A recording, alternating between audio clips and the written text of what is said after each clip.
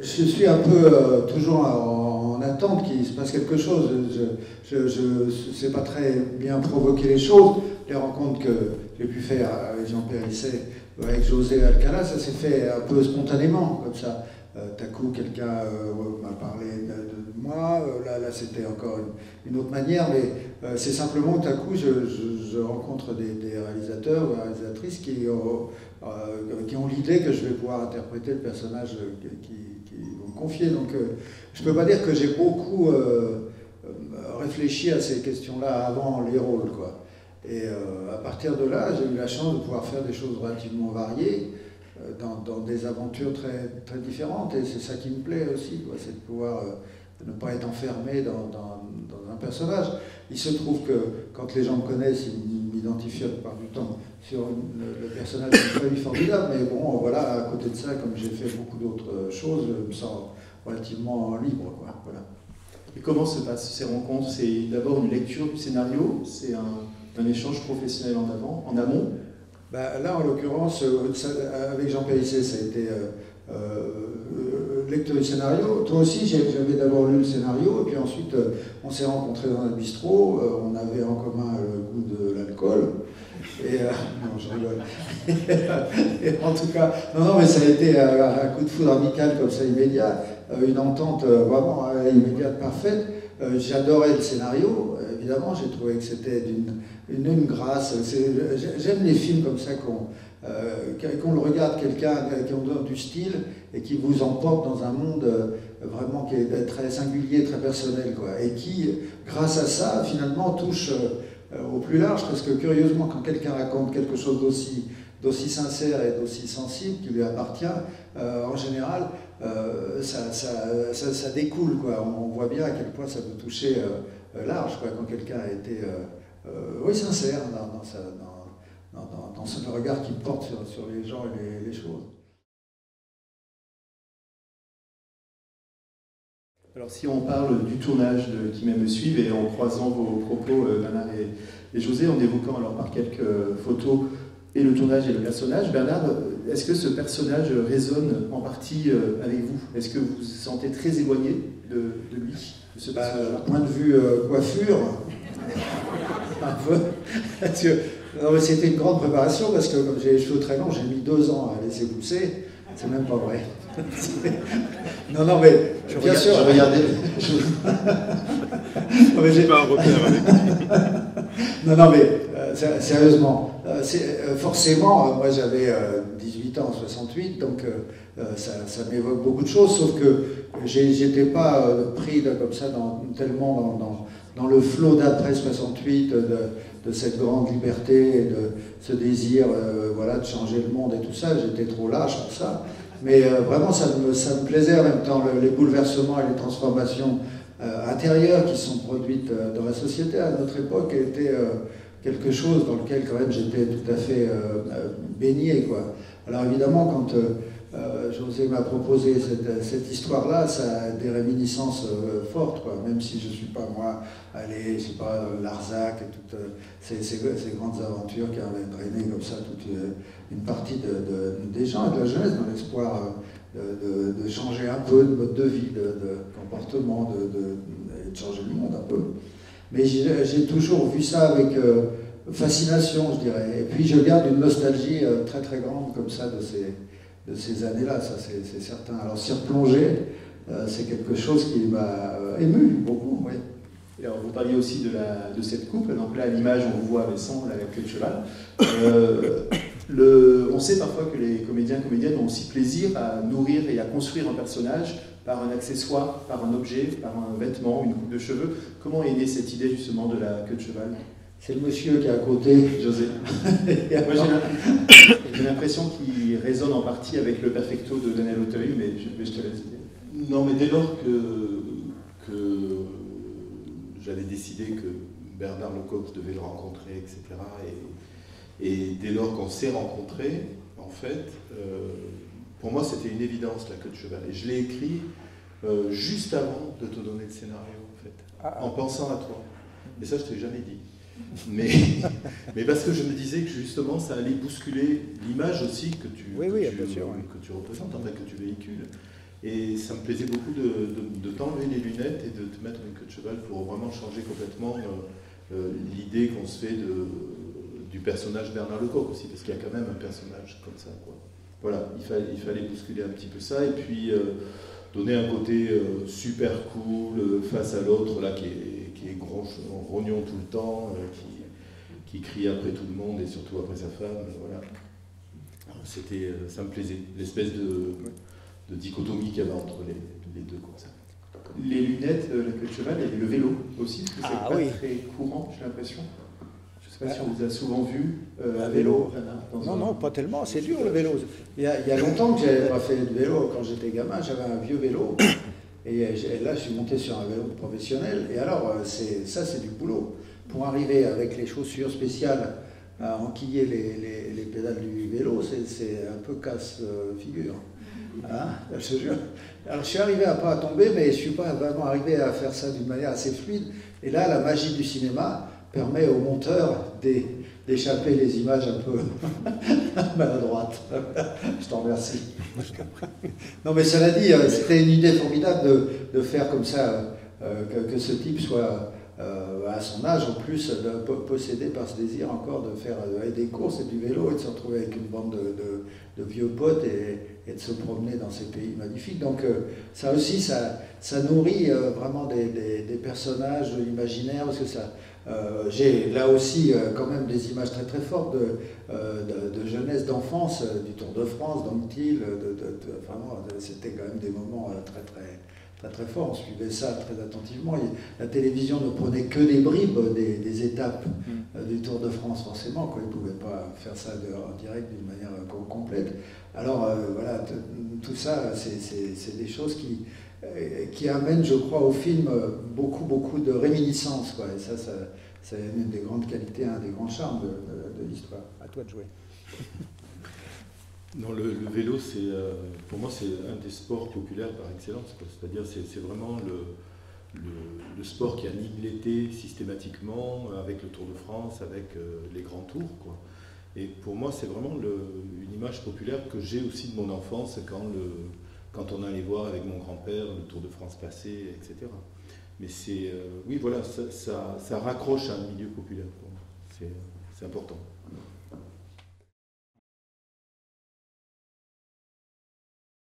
Et moi, ce qui est important quand on fait un film, en règle générale, pour moi en tout cas, c'est de laisser le champ aux comédiens. Donc il y avait une lecture, on était d'accord sur le personnage que les trois rôles principaux allaient incarner. On était d'accord là-dessus. À partir de là, moi je pars toujours sur les propositions des comédiens, parce que je pars du principe que les comédiens savent lire un scénario et doivent amener à eux le personnage. C'est-à-dire que si j'ai demandé à Bernard d'incarner le personnage d'Étienne, c'était pas pour rien. Je n'ai pas demandé à Stévenin ou autre. J'ai demandé à Bernard. Donc ça veut dire que sa façon de bouger, sa façon de parler, etc., déjà me plaisait. Et les intentions qu'il a amenées ne pouvaient qu'alimenter le personnage. Voilà. Donc ça, c'était important. Ensuite, il y a des séquences qui ont été plus faciles que d'autres, mais quand il y a des corrections à amener, quand on est parti sur les propositions des comédiens, quand il y a des corrections à amener, je t'ai parlé, on s'est très bien entendu à ce sujet d'ailleurs. Et voilà, et chaque fois, Bernard est très humble, en tout cas il joue bien, il joue bien l'humilité, et en fait, oui, tu t'adaptes chaque fois très très bien à... J'aime pas me faire disputer alors, hein, j'obéis. Non, mais je crois qu'il n'y a jamais eu de vrai... En tout cas, avec Bernard, il n'y a jamais eu de vraie discussion. Après, il y a eu d'autres discussions, un peu avec Daniel, un peu plus avec Catherine. Oui, c'était plus compliqué, certainement pour Daniel, parce que Daniel a joué à une partition plus sombre, plus grave, donc ça lui demandait d'être toujours dans cette espèce d'état un petit peu fermé. Cela dit, l'harmonie a régné, quoi, sur le tournage, et c'est vrai que sous le regard vraiment précis, pointu de José, ce qui était très amusant, moi j'avais un peu le trac, j'ai toujours un peu le trac, vous le savez, quand on commençait les scènes, quelquefois on faisait des scènes, ce qu'on appelle un peu des plans séquences, quoi, hein, donc on fait des scènes pas très longues, mais ça peut durer 1 minute, 2 minutes, mais ça réclame de tout le monde une certaine précision, mais si on se trompe, on se sent pas bien, quoi.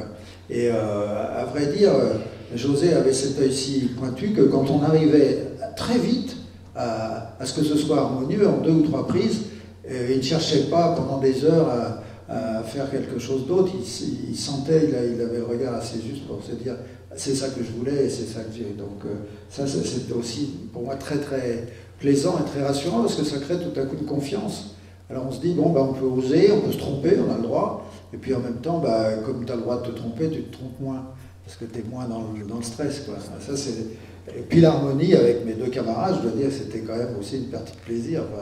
Remarquable, je dois dire qu'on a passé des jours et des soirs épatants parce qu'on avait le sentiment de raconter une histoire qui nous plaisait et qu'on avait le sentiment de raconter la même histoire. C'est toujours un peu la question.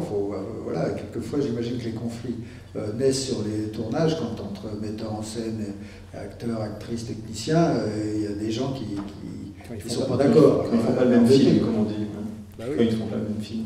Mais dans l'idée de la direction d'acteur, comme on dit, en fait, donner une direction plutôt que diriger, quoi, de toute façon, mais il y a quand même le truc, il me semble tout simple, de l'énergie à donner, à transmettre. Et en fait, c'est plus que des mots, c'est la façon d'être quand on est ensemble. Parce qu'on est vraiment, c'est une couveuse en fait, on est vraiment... On se tient par la main, il y a vraiment une forme d'affection, de tendresse. Daniel, quand il savait, il était là, attends, laisse-moi faire, il y allait, puis certaines fois ça ne marchait pas, il revenait vers moi, dans la maison, il a mis la tête sur mon épaule, comme ça il me dit parle-moi s'il te plaît. Et puis voilà, et puis on lui raconte le truc, on lui raconte son personnage, avec l'énergie qui va avec le moment, quoi. Et je crois que c'est ça. Chacun doit rester très humble là-dessus, je crois, et c'est les comédiens qui sont devant la caméra, qui sont filmés, qui ont ce courage-là de s'exposer, et juste tous les gens qui sont derrière la caméra sont là pour les aider, les accompagner, et pour ce qui me concerne mon travail, en tout cas leur donner la bonne énergie, quoi, je trouve. L'idée du ménage à 3, c'est juste pour raconter une époque, en fait. Et parler d'un temps où on a cru peut-être que ces choses-là étaient simples et possibles, etc. Et je trouve qu'au bout du compte, après si on creuse, ça va devenir triste, mais je trouve que dans cette époque de libération sexuelle, les femmes ne sont pas sorties gagnantes, en fait. Et le mouvement féministe qui était en même temps, quoi, à renforcer par contre l'indépendance des femmes, mais certainement pas de mon point de vue en tout cas, cette libération sexuelle-là.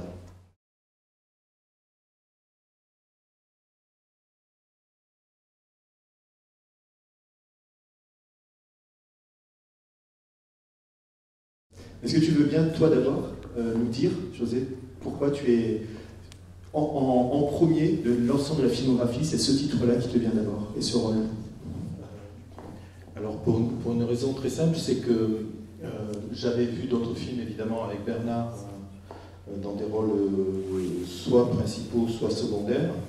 Et comment dire, je vais être honnête, Bernard faisait partie d'une kyrielle de comédiens que je voyais, que j'appréciais sans me poser de questions, en fait, et sans me dire tiens, Bernard Lecoq est dans ce film, chouette, je ne savais pas. Enfin voilà, ça fait partie des comédiens qu'on aime avoir, et qui font partie du paysage cinématographique français. Et, voilà.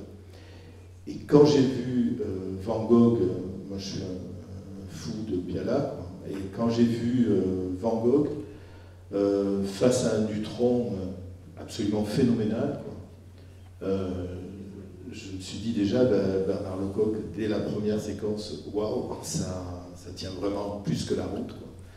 Et puis après, c'était énorme, quoi. C'était face à cette espèce de monstre, on ne se posait plus de questions, il n'y avait pas... C'était le personnage, c'était Théo Van Gogh, et cette espèce de personnage en amour et en admiration devant son frère, à la fois un brin manipulateur, à la fois il y avait tout de ce qui faisait le personnage et que Bernard défendait de manière magistrale. Tu sais que c'est pas pour te caresser dans le sens du poil.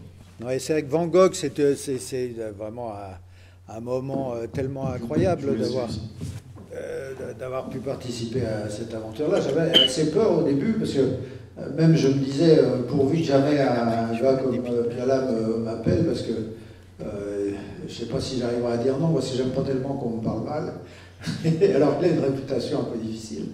Et en réalité, ça s'est admirablement passé.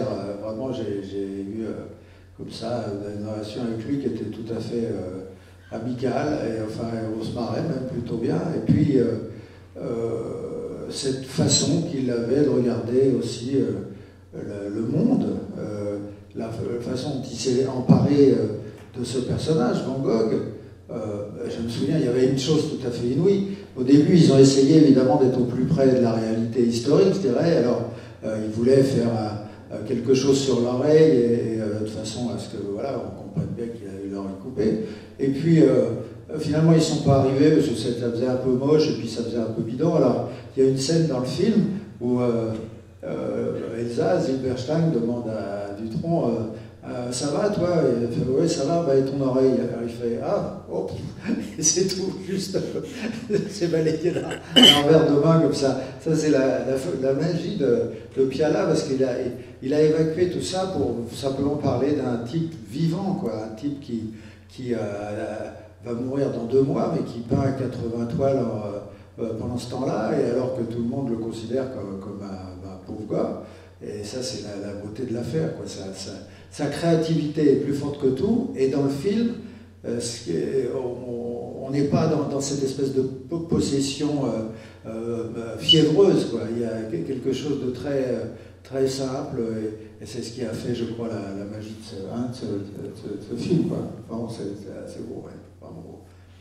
Est-ce qu'il vous a dit, est-ce que vous savez quels étaient les rôles, enfin, quel lien il avait avec vous? Est-ce que lui-même était attaché à d'autres rôles précédents? Si, oui, c'était amusant. J'avais tourné une série qui s'appelait Panique aux Caraïbes, qui était une sorte, je ne sais pas si vous avez vu le feuilleton Magnum à une époque avec Tom Selleck et tout ça. Et alors, pour France 3, on avait fait avec Greg Germain un peu la même chose. Ça se passait en Guadeloupe, et donc j'avais été engagé pour jouer un des gars. En fait, dans Magnum, il y a le héros, donc là c'était Greg Germain, puis il y avait un type qui était censé être un homme d'affaires qui partait comme ça dans les îles pour tenir un bar, une jeune fille qui était écrivain, et puis un gars, un Anglais qui était aviateur. Donc voilà, et puis le héros faisait des enquêtes. Donc j'avais un rôle relativement secondaire. Je me disais, il faudrait bien qu'il m'arrive un petit quelque chose pour relancer un peu ma carrière. Et là-dessus, Piala m'a appelé parce qu'il a vu Panique aux Caraïbes. Alors, mais non, mais je dis toujours ça aux jeunes acteurs en disant, quand vous tournez, faites-le, quoi. Jouez, n'y allez pas avec des pincettes. Si vous y allez avec des pincettes, acceptez pas le rôle. Mais si vous avez accepté un rôle, si quelqu'un vous a choisi, même si c'est pas l'œuvre du siècle, vraiment faites-le avec tout votre cœur. Parce que à un moment, si vous êtes bon, ou à peu près potable, et ben ma foi, ça se verra, quoi. Et là, en l'occurrence, j'étais surpris qu'il m'ait vu là-dedans. Enfin, il a dû me voir dans d'autres trucs, mais enfin, il a dit non, c'est très bien, c'est très bien, vas-y. Et alors, à un moment, un jour, il râlait un peu comme ça, il disait, qu'est-ce que tu fais? Alors, j'ai dit, je fais ce que je peux. Et alors, il dit, mais non, attends, il m'engueule pas vraiment, mais il râle un peu comme ça. Alors, je lui dis, il fallait pas prendre des regards de la télé. Alors, il me dit, joue comme à la télé. C'était à peu près le genre de rapport que j'avais avec lui. Mais vraiment, j'aimais bien. D'accord. Le conseil que vous donnez sur le fait de dire oui au rôle, ça veut dire que dans votre début de filmographie, vous avez dit oui à tous les rôles qu'on vous a proposés? Ah oui. Et à quel moment vous avez commencé à choisir et à dire non? Est-ce qu'il y a un rôle qui a fait que vous avez quand j'avais plus le temps.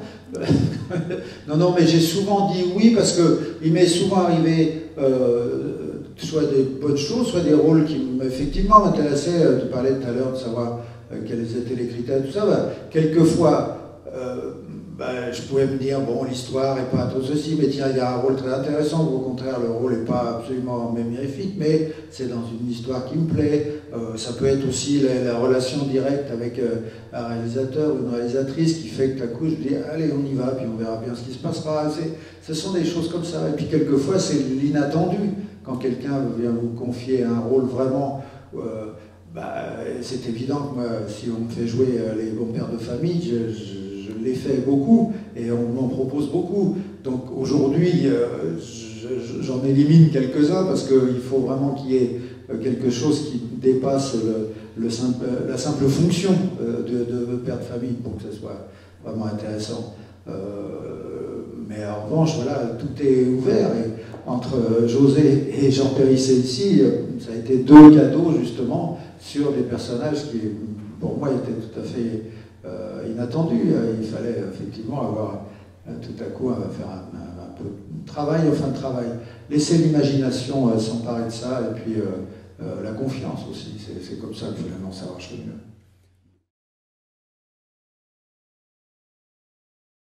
Moi, c'est Bernard qui me l'a fait découvrir. Je l'avais pas vu, ce film, ce téléfilm. Donc. Et j'ai trouvé ça tout à fait... alors, c'est même pas pour l'époque, en fait, mais ça raconte quelque chose de l'époque. C'est-à-dire qu'il y a un désir dans... C'est l'histoire d'un gars, c'est tout simple, en fait. C'est l'histoire de quelqu'un qui veut se barrer d'une boîte pour monter une affaire avec un copain à lui. Et dès lors qu'il veut se barrer de la boîte, il fait preuve d'énormément d'audace, une audace qui devait être en lui auparavant, mais qu'il n'exprimait pas, pour se faire virer. Donc il fait n'importe quoi en apparence, sauf qu'il bouleverse les codes de la boîte en question. Du coup, le patron le convoque, etc., etc. Et du coup, il se fait remarquer et apprécier autant par les patrons que par les employés. Et du coup, il n'arrive pas à décoller de cette boîte alors qu'il a le vrai désir de monter sa boîte avec son copain. Et je trouve que c'est dans le monde des années 80, et même 90 de toute façon, et même maintenant d'ailleurs, il y a cette espèce de truc où si on ne bouleverse pas les choses, eh ben, on se fait marcher dessus. Et lui, malgré lui, il bouleverse les choses. Et c'est une sorte de point levé presque à l'envers, quoi. Et voilà, c'est tout à fait... il y a un côté un peu jouissif, là, comme ça, à regarder ce mec en train de se dépatouiller. Il veut monter son affaire, il n'y arrive pas, mais il chamboule la société, en fait. Et ça, c'est très drôle. Les carrières, on sent, je ne sais pas si c'est carrière vraiment, qui est complètement, tout à fait complètement là derrière. En tout cas, c'est extrêmement fort. Bernard, votre regard sur ce rôle, ce film Maurice Felvig, il y a quelques très grands metteurs en scène de télévision, et particulièrement dans les années 50-60, qui ont fait des choses remarquables. Et justement, ce film a été repris en DVD. Maurice Felvig est un homme qui avait fait La Belle Ouvrage, qui avait fait des films remarquables, absolument remarquables, avec une méthode de travail étonnante. Je crois que j'ai remporté la timbale parce qu'ils m'ont fait faire une lecture, ils m'avaient donné le scénario, et dans le scénario, il n'y avait aucune ponctuation. C'est-à-dire que tout le texte était comme ça enfilé. Alors il fallait juste un peu comprendre de quoi ça parlait pour mettre soi-même les ponctuations, mais tout était écrit jusqu'à la moindre hésitation. Quand on joue, souvent, les acteurs, on est là, on apprend le texte plus ou moins. Moi je l'apprends beaucoup, mais pas de tête, mais en général, alors... pour compenser le fait qu'on ne sait pas forcément le texte au rasoir, on rajoute des E, des 1, des faux appuis comme ça. Lui, il les mettait naturellement, mais il les mettait juste au bon moment, et ça donnait une musique tout à fait remarquable. Et quand je lisais ça, je me disais, mais ben voilà, oui, c'est tout ça. Et quand j'ai fait les essais, je les ai faits avec la ponctuation, d'une certaine façon, et c'est ça qui a fait, je crois, qui m'a engagé. Et il a fait ce film qui était effectivement marrant, parce que il décide, le type que je jouais décidait donc de se faire virer, donc il fait du zèle, donc tous les gens tous ses collègues évidemment tout à coup trouvent que c'est formidable, qui disent attention, là il y a un bureau, il n'y a pas de fenêtre, c'est pas bien et tout ça. Il est convoqué par la direction qui dit ah c'est très bien quand même, là vous voyez, vous participez bien à l'affaire. Alors il en fait encore plus, il devient vraiment même un peu pénible, et alors là finalement on finit par le virer, et à ce moment-là tous ses collègues se lèvent d'un seul bond et disent « il est hors de question qu'il soit viré, on va vous défendre, n'ayez pas d'inquiétude ». Et il est marrant, il ne peut pas faire son truc. Donc c'était un film, un peu une espèce de comédie, et c'était vraiment bien, voilà, c'est un beau souvenir. Et quel était l'impact de ces films, de ces téléfilms à l'époque, on est à la fin des années 70? Énorme. Ben, ça, c'était TF1 avant Bouygues. C'était, je crois, 11 ou 12 millions de spectateurs. C'était considérable. Il y avait 3 à 4 chaînes, donc c'était très très peu. Et c'est des films. Mais évidemment, je suis très heureux qu'il ait été comme ça, qu'il ressorte en DVD, parce que le problème un petit peu des films de télévision, c'est que c'est, comment je dirais, de la consommation rapide, quoi. Hein, c'est difficile à faire, mais ça s'ingurgite assez rapidement. Et puis, souvent, au bout de 15 jours, on a oublié ce qu'on avait vu, puisque les films passent comme ça. Alors qu'au cinéma, et en particulier, par exemple, le film qu'on a fait avec Jean Périssé, même si le film n'a pas été vu par des millions de spectateurs, il continue d'être vivant parce qu'on le passe dans des ciné-clubs, parce que voilà, on est tout le temps en mouvement et le film continue d'avoir sa vie. Alors voilà, ce sont deux choses un peu différentes dans la réception des films. Mais dans le travail qu'on fait, s'il y a de l'ambition, ma foi, on peut faire des films absolument magnifiques à la télévision et des films pas bons au cinéma, ça arrive aussi.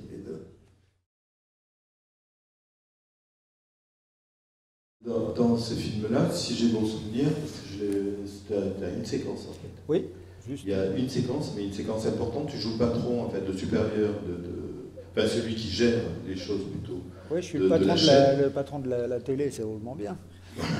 C'est vachement bien. Et il y a juste. Voilà, ce rôle-là est d'une simplicité incroyable et c'est le genre de truc où on peut vraiment se planter, quoi. Et voilà, c'est le rôle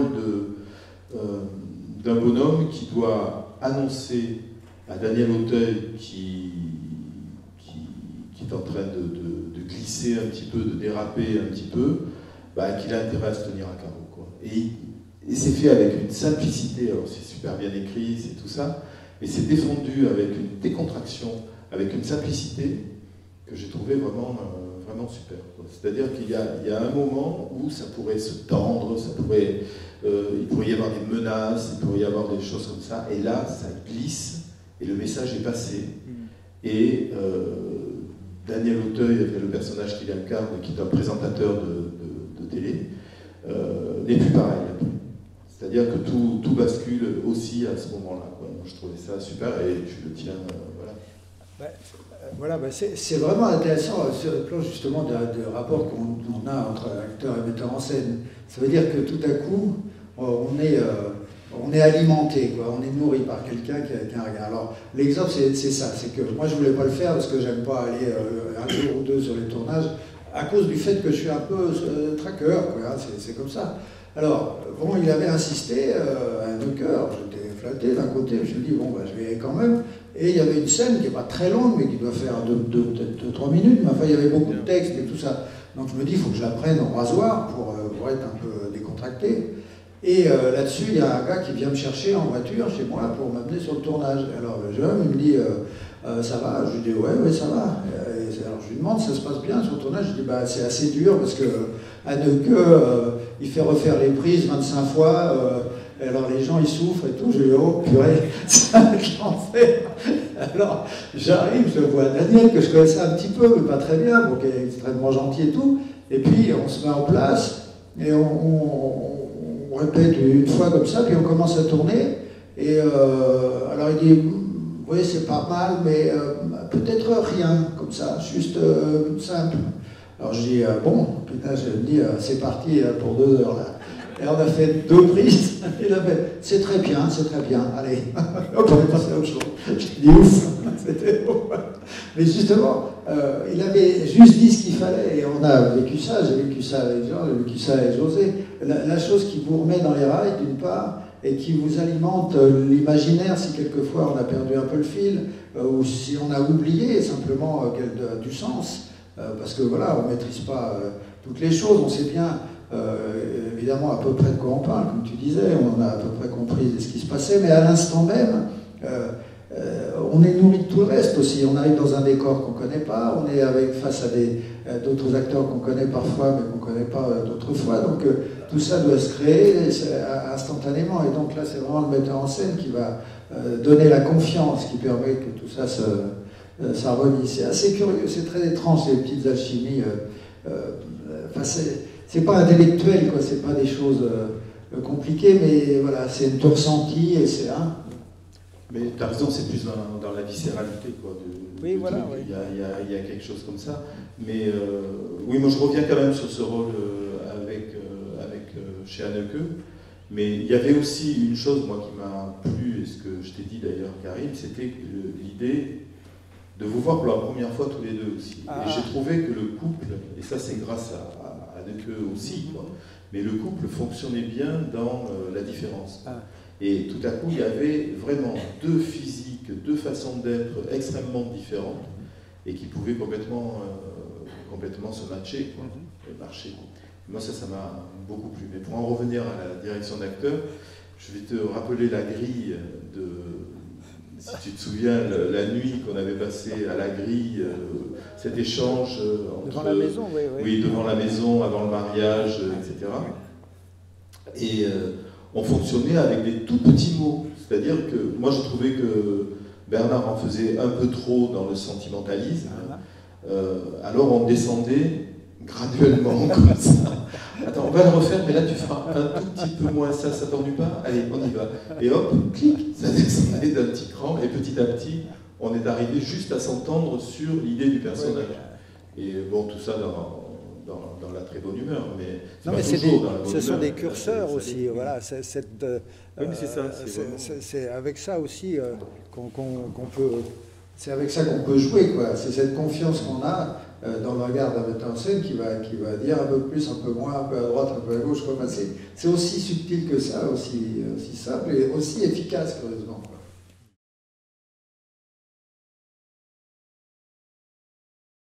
C'est un exercice curieux, difficile parce que voilà, je jouais un personnage réel, très célèbre, qui a évidemment un pouvoir considérable. Il est président de la France, il dirige un pays.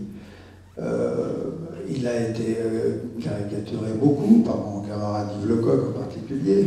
Alors je me disais, il faut que je m'en approche par une sorte de, pas d'imitation, mais une sorte de mimétisme, et en même temps, il ne faut pas tomber à la caricature, parce que j'essaie de lui donner comme ça une réalité. Mais enfin, évidemment, c'est toujours une réalité interprétée, parce que moi, je ne connais pas l'homme privé, je n'avais que les échos et les images qui circulent, enfin, qu'il a donné de lui-même à travers sa fonction.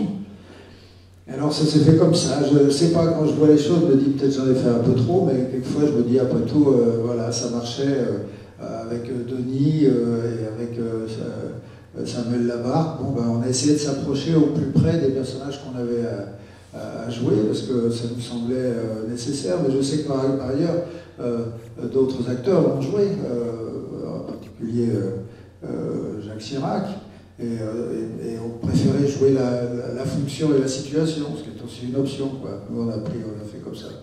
Et l'autre film, alors, il raconte un Jacques Chirac un peu plus fatigué déjà, mais qui comprend après qu'il ait dit à Hollande qu'il allait voter pour lui. Alors ça c'était assez intéressant parce que les auteurs se sont dit, voilà, qu'est-ce qui se passe à partir de là? Et on voit un Jacques Chirac qui s'endort et qui rêve, qui rencontre Hollande et qui lui donne des conseils pour gagner les élections. Alors il lui donne tout un tas de conseils qu'ensuite Hollande a repris dans ses discours. Mais évidemment, c'est certainement pas Jacques Chirac qui lui a soufflé. Là, c'était plutôt une fiction, quoi, voilà. Mais c'était très amusant de voir ça. Bon, voilà, aujourd'hui, voilà, cet homme vient de décéder. Moi, je ne le connaissais pas du tout personnellement. Enfin, bon, voilà. Peu de tenue. Pour moi, les films, c'est un metteur en scène avant tout. C'est un metteur en scène sur un scénario. Alors, il peut être, on a pu éventuellement proposer un scénario, mais il y a un moment, c'est quand même un metteur en scène qui réalise et qui fait, et qui raconte l'histoire et qui en donne le style, le caractère. C'est son regard qui fait ça. Joël Santoni a fait ça sur 27 ans, en effet. À quelques épisodes près sur les dernières années, il en a été réalisateur, donc réalisateur participant évidemment à l'écriture, et puis le producteur par ailleurs. Donc il en était le papa. Donc quand il est décédé il y a 1 an et demi, j'avais plus envie, quoi. Je me suis dit sans lui. C'était aussi des histoires d'amitié. Alors moi je suis un peu affectif, c'est vrai, mais voilà, quand il est parti, je me disais à quoi bon on va. J'avais l'impression qu'on allait tirer un peu à la ligne, qu'on allait faire quelque chose qui serait plus du tout tout à fait dans l'esprit. Alors je ne sais pas ce que l'avenir dira autour de tout ça, mais pour l'instant là, je sais que c'est bien que les choses soient bouclées et que cette longue histoire lui appartienne. Alors elle nous appartient à nous puisqu'il nous a réunis et qu'il avait la capacité de réunir des gens, et c'est aussi une des qualités que les metteurs en scène parfois ont, il y a des gens qui vont ensemble, quoi. Des gens qui sont en harmonie. Et sur un si longtemps, il faut que ce soit vraiment un bon choix, parce qu'il est vrai que si ça ne s'était pas passé bien, on aurait arrêté très très tôt. On n'avait aucune raison de continuer. C'est parce qu'on s'entend bien et on continue de s'entendre très très bien maintenant que la série est arrêtée. On se voit avec Clément, avec Annie, avec tout le monde. Donc voilà, c'est une longue et belle aventure. Et alors sur un plan du travail et de la cinématographie ou de la télévisuellographie, et ben, c'est vrai que quand on fait des films comme ça aussi longs, il y a bien entendu, quelquefois, bien entendu, il y a des redites, ou il y a des choses qui sont un peu, voilà, c'est des scènes un peu banales, il y a des choses comme ça, on dit, bon, voilà, oui, bah, c'est pas très surprenant. Et souvent, j'ai souvent été surpris par l'écriture et par la mise en scène de Joël. Il y a des moments où vraiment, je pense, enfin, si vous avez vu quelques-uns d'entre vous la série, il y a quand même des moments assez fortiches, quoi. Et j'ai eu le sentiment, moi, comme acteur, d'être très, très, très gâté à l'intérieur de cette affaire-là, et avec Annie, et avec chacun des boufflets. On a eu quelques morceaux de bravoure à interpréter qui, pour moi, enfin, font partie de très beaux moments de ma vie, quoi, d'acteur. Donc voilà, c'est vraiment une belle histoire. À 15 ans, je voulais être architecte, et puis comme je ne faisais pas grand-chose à l'école, alors je n'avais pas pu accéder en seconde à la possibilité de faire ensuite un bac et des études brillantes. Et alors donc on m'a envoyé dans un lycée technique pour faire de la comptabilité ou du secrétariat. Il y avait un peu les deux. Alors j'ai choisi secrétariat, parce que je pensais que je serais peut-être secrétaire d'État ou quelque chose comme ça. Et comme je ne suis pas bête, au bout de 2 mois, il a fallu quand même un peu de temps, j'ai compris, il m'avait vu, alors j'ai dit je vais faire autre chose. Donc là, je suis rentré à la maison, je dis à ma soeur, ça va pas. Et j'avais un copain d'enfance, Gérard Palaprat, je ne sais pas si ça dit quelque chose à certains d'entre vous, un chanteur qui avait fait quelques tubes à l'époque. J'étais à l'école avec lui, et il m'avait emmené au cours Virio, c'était un cours d'acteur, l'année précédente, et donc là j'ai dit à mes parents, ben, j'aimerais bien prendre des cours d'acteur. Donc ils nous ont dit oui, je suis allé travailler avec mon père qui était artisan peintre sur les chantiers pour apprendre un métier, un vrai. Et puis voilà, j'ai pris des cours, et puis au bout de 2 ans, j'ai fait ce premier petite apparition dans le film avec De Funès, et ensuite je suis allé à un rendez-vous avec Michel Boiron pour un film qui s'appelait La leçon particulière, avec Nathalie Delon et Renaud Verlet, qui était un jeune premier à l'époque, enfin qui est devenu un jeune premier pendant quelques années, très, très apprécié. Et voilà, et à partir de là, j'ai fait un 2e film avec Boiron, et ensuite un film avec Édouard Molinaro, qui s'appelait, je ne sais plus, La liberté en croupe, ça s'appelait. C'était un film assez amusant aussi, sur les retombées de mai 68 sur la bourgeoisie française. Les retombées, c'était à peu près ça. Ma mère était mariée, c'était Marianne Aubin qui était mariée avec Michel Serrault, qui était un grand patron d'usine. Jean Rochefort était un homosexuel amoureux de moi, et à la fin, il emballait ma mère, et mon père emballait ma petite amie. Vous voyez, ça avait des conséquences. Mais c'était un très joli film, je plaisante que ça, c'était vraiment un très joli film. Et puis voilà, les choses se sont plus ou moins enchaînées comme ça. C'est de la chance beaucoup, quoi. J'ai eu un coup de bol considérable de pouvoir tourner très vite et de faire des choses assez intéressantes, vraiment. Évidemment, le fait de faire beaucoup de télévision a sûrement fermé quelques portes chez des gens de cinéma qui disaient voilà, on voyait trop à la télé, donc les gens ne se déplaceraient pas au cinéma. Il faut des cinglés comme Périssé, comme Joseph pour m'embarquer dans des aventures cinématographiques. À vrai dire, je n'ai jamais vraiment calculé tout ça, les choses sont arrivées comme ça. J'ai été très très gâté à la télévision aussi, j'ai vraiment eu beaucoup de rôles qui m'ont nourri, fait du bien et que j'ai adoré jouer. Au cinéma, j'ai été pas mal gâté aussi en réalité, donc ça va, quoi. Maintenant j'ai fait le plus gros et je suis assez content d'avoir vécu simplement, quoi. Et donc et d'avoir fait les rencontres que j'ai fait, voilà, c'est quelque chose j'avais un rêve, mais un peu flou. Je ne savais pas trop, moi, au début, ce que ça voulait dire être acteur. C'était, je voyais Hollywood, et puis Piscine Rose, des choses comme ça, les créatures de rêve et tout. En fait, je me suis aperçu très vite qu'il y avait le travail, le goût des choses un peu subtiles. J'ai eu 2-3 maîtres, Jean Rochefort en particulier, enfin, que j'admirais infiniment et qui avait à la fois le recul, la dérision et l'invention, ça m'a toujours beaucoup plu, quoi. Alors voilà, et avec ça et d'autres que je regardais faire, je me disais, ben voilà, on absorbe des choses, on regarde le monde, et puis quelquefois des gens viennent nous donner la possibilité de faire vivre des personnages, quoi. Voilà, José, toi en tant que réalisateur et cinéphile, aussi spectateur de cinéma et de télévision, est-ce que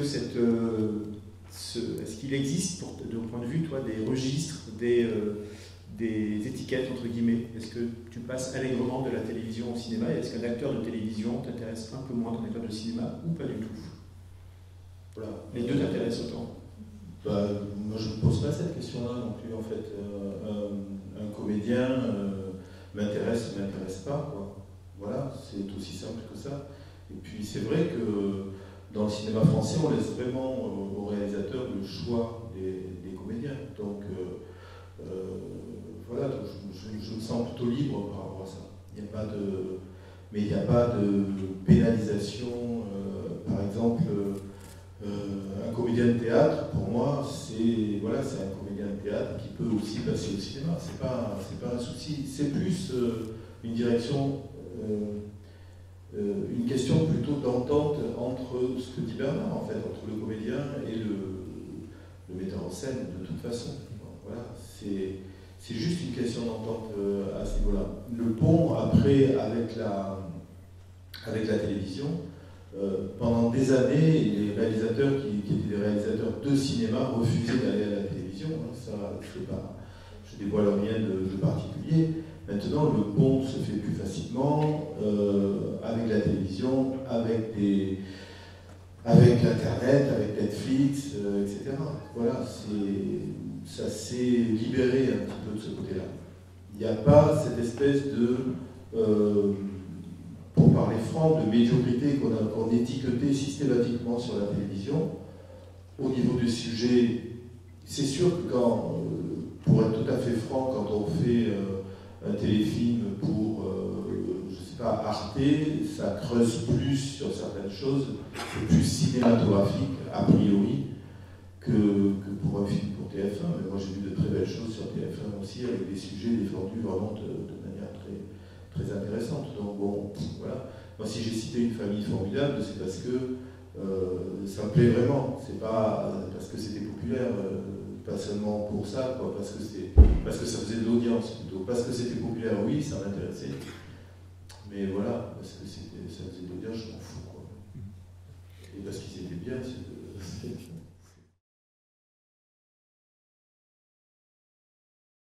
un bon film. C'est un roman de Simon. Et Goretta, vraiment, c'est un metteur en scène, là aussi, vraiment remarquable. Il a fait, entre autres, La Dentelière avec Isabelle Huppert.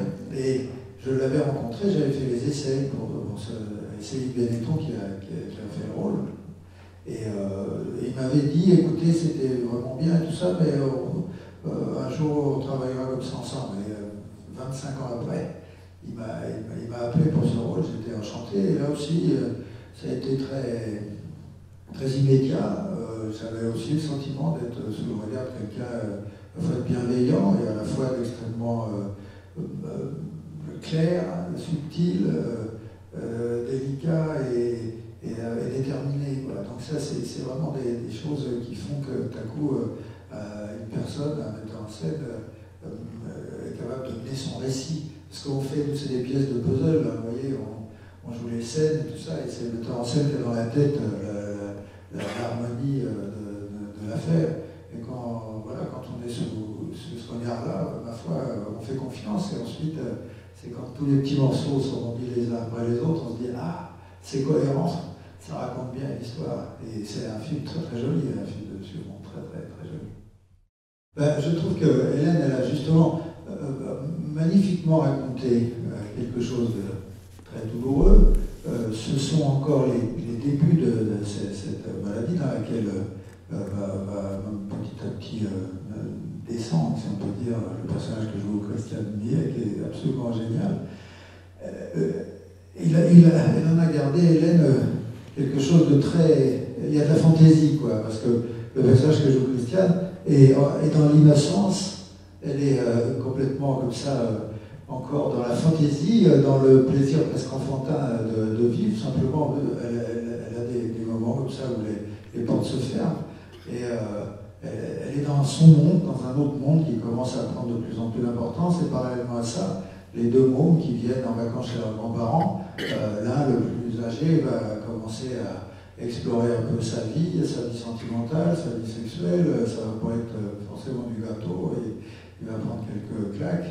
Mais petit à petit, tout ça, voilà, il y a quelque chose qui va se terminer, et puis il y a quelque chose qui va s'ouvrir. Mais on n'est pas dans un film qui dit ceci est ouvert et ceci est fermé. C'est un moment, comme ça, c'est voilà, un été qui se termine, et c'est un film absolument ravissant, quoi, profond, juste drôle, charmant, avec des enfants absolument inouïs. Je vous conseille de le regarder, c'est sur Arte vendredi prochain. Venez nombreux. Vraiment, ça vous passerait un moment, vous verrez comme c'est traité avec délicatesse, quoi, toutes ces questions qui sont évidemment d'une difficulté, d'une violence pour particulièrement évidemment l'entourage des gens qui sont confrontés à quelqu'un qui part comme ça. Alors voilà, mais là il y a quelque chose comme ça qui dit, c'est comme si on entrait dans le rêve, c'est comme si voilà, la personne était atteinte de cette maladie, enfin c'est comme un espoir qu'on se dit qu'il y a encore une vie psychique, affective, voilà, qui continue de s'agiter, même si elle n'est plus connectée avec le monde extérieur. C'est très étrange, c'est tout à fait terrible. Et en même temps, quelque chose se passe encore, quoi.